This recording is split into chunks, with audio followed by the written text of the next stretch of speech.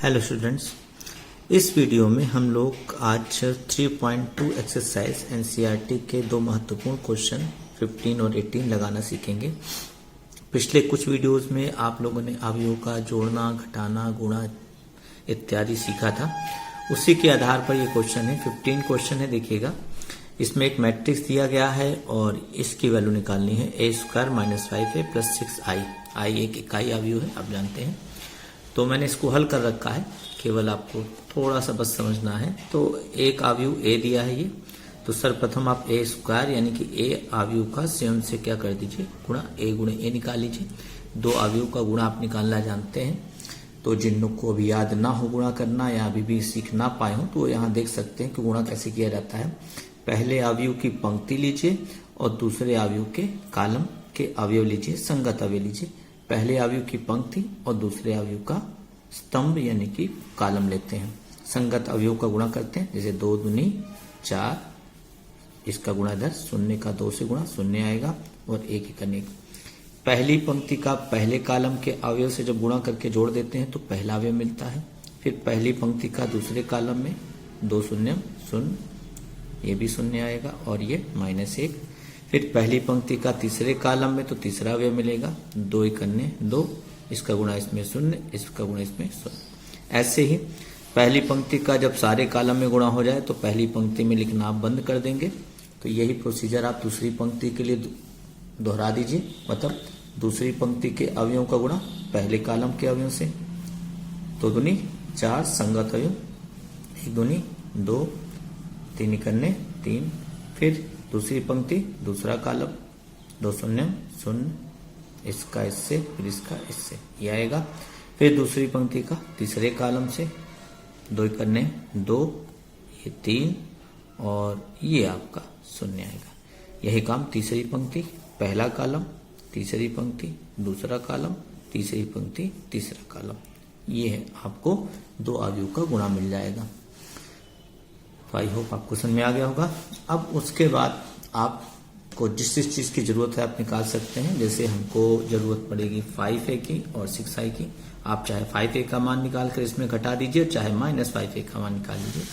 तो मैंने 5a का मान निकाला है, यानी कि 5 का दिए गए अवयव में गुणा। तो किसी अचर राशि से गुणा करते तो सब में होता है, आपको बताया गया है। ये 5 दूनी 10, 5 शून्य शून्य, 5 × 5, 5 दूनी 10, सब में गुणा होगा। 5 × 15, सब में देखिए गुणा हो रहा है। उसके बाद 6i, i एक इकाई अवयव है। ये प्रश्न में आपको दिया हो तो भी ठीक, ना दिया हो तो भी ठीक, आपको ये याद होना चाहिए। इकाई अवयव में मुख्य विकर्ण में 1 होता है, बाकी सब शून्य।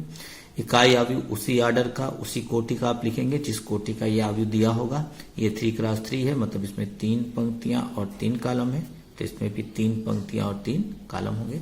6 का गुणा सब में होगा, 6 × 6, बाकी सब तो शून्य है, क्या यहाँ 6 आ जाएगा। उसके बाद अवयव का आप जैसे जोड़ घटाव करते हैं कर देंगे। a² - 5a + 6i, 5 में ये 10 घटेगा, 5 में से 10 घटेगा और ये 6 जुड़ेगा, तो 5 × 6 = 11, 11 में से 10 गया 1। ऐसे ही अपना हल कर देंगे। -1 में 0 0, ये ना घटेगा ना जुड़ेगा, इसलिए -1 ही मान रहेगा। 2 में 5 गए -3 और ये जो 0 जोड़ेंगे तो -3 आएगा। तो इस तरह से आप सारे अवयवों को जोड़ घटा सकते हैं। तो ये आपका आंसर आ जाएगा। आई होप आपको समझ में आ गया होगा। अब उसके बाद देखिएगा 18 क्वेश्चन देखिएगा। 18 क्वेश्चन में बहुत सारी चीजें हैं। तो इसमें आपको देखिएगा ये एक अवयव दिया गया है और ये आपको सिद्ध करना है दोनों बराबर होंगे। तो सर्वप्रथम मैंने i + a, i मतलब इकाई अवयव। ये प्रश्न में दिया हो तो भी ठीक, ना दिया हो तो भी ठीक, आपको ये याद होना चाहिए। तो ये 2x2 का आप लेंगे, क्योंकि ये भी अवयव 2x2 का है। तो i में ये मुख्य विकर्ण के 1 होंगे, बाकी सब 0। जोड़ते कैसे हैं, इसमें ये जुड़ेगा, 1 आएगा। 0 में -tan α, तो -tan α/2 आएगा। 0 में ये जोड़ेंगे तो वही आएगा, 1 में 0 जोड़ेंगे तो 1। ये लेफ्ट हैंड साइड साइड हो गया।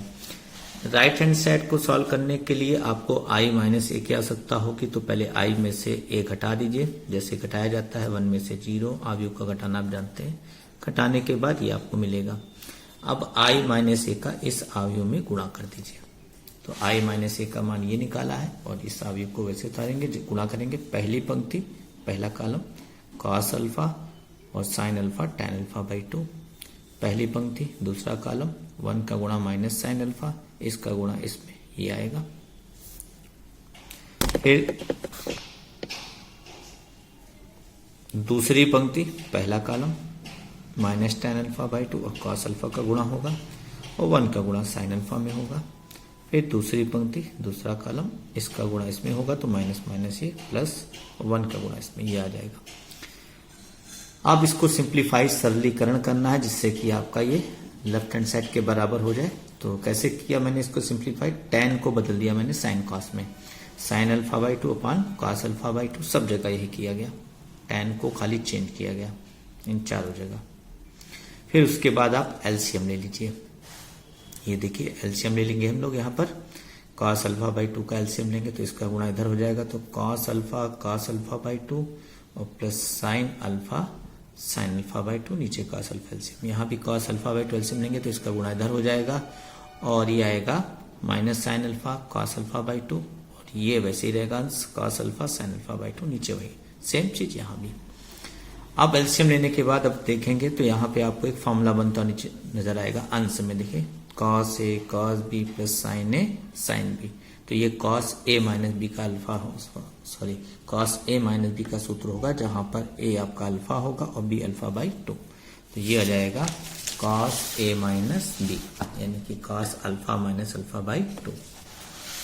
यहां पर भी एक सूत्र बनेगा, इस जगह भी एक सूत्र बनना है ये देखिए, लेकिन इसमें से आपको माइनस कॉमन लेना पड़ेगा। अगर आप इसमें से माइनस कॉमन ले लेते हैं तो ये बन जाएगा sign A cos B minus cos A sine B, तो ये साइन ए माइनस बी का क्या बन जाएगा सूत्र, यानी कि साइन अल्फा माइनस, इसमें से माइनस कॉमन लेंगे तो साइन ए कॉस बी यहाँ माइनस हो जाएगा minus cos A sine B, तो sine alpha minus alpha by 2 का सूत्र होगा। माइनस कॉमन लेने के बाद यहाँ माइनस कॉमन लिया है, ये साइन नीचे वही रहेगा।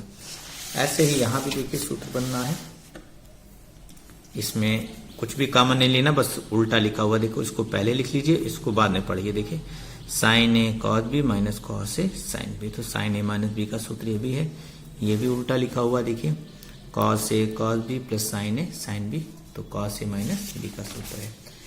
तो खाली एक जगह माइनस कॉमन लेना है, बाकी सब जगह सूत्र नॉर्मली बने।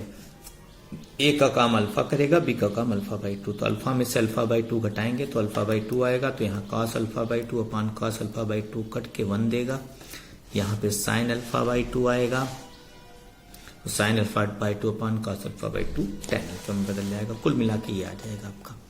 तो ये आपका समीकरण 2 हो जाएगा। तो समीकरण 1 देखें आपका ये और ये दोनों सेम आ रहे हैं, तो समीकरण 1 और 2 से सिद्ध हो जाता है कि लेफ्ट हैंड साइड बराबर राइट है। ये 18 क्वेश्चन है जो आपको बहुत ही इंपॉर्टेंट क्वेश्चन माना जाता है, दोनों ही क्वेश्चन काफी इंपॉर्टेंट थे। एक क्वेश्चन चलिए आपको लगा के दिखा देते हैं जो बहुत ईजी छोटा सा है, वो है 19 क्वेश्चन। इसमें क्या है कि आपके पास एक वर्बल क्वेश्चन है, इसमें आपको बुक में देखना पड़ेगा कि क्या लिखा है। इसमें एक संस्था है जिसके पास 30,000 रुपए हैं, जो उसको डिवाइड करती है, 2 भागों में बांटकर 2 प्रकार के बॉन्ड में इसको इन्वेस्ट करती है।